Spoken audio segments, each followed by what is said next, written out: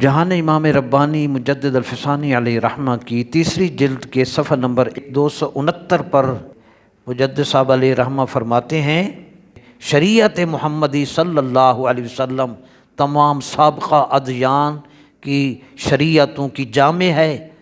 اور نبی کریم علیہ السلام کی شریعت کا انکار سب شریعتوں کا انکار ہے، اور حضور کی شریعت کا اقرار سب کا اقرار ہے۔ جہان امام ربانی تیسری جلد کے صفحہ 287 پر 10 ایسی خصوصیات کا تذکرہ کر دیا گیا جو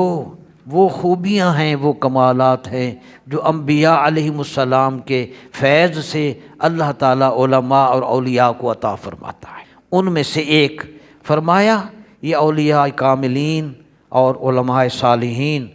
ان کی ایک خوبی یہ ہے کہ نبیوں کی طرح اللہ تعالیٰ اولیاء کی دعائیں بھی قبول فرماتا ہے، اور ان کی دعائیں فوری اثر دکھاتی ہیں۔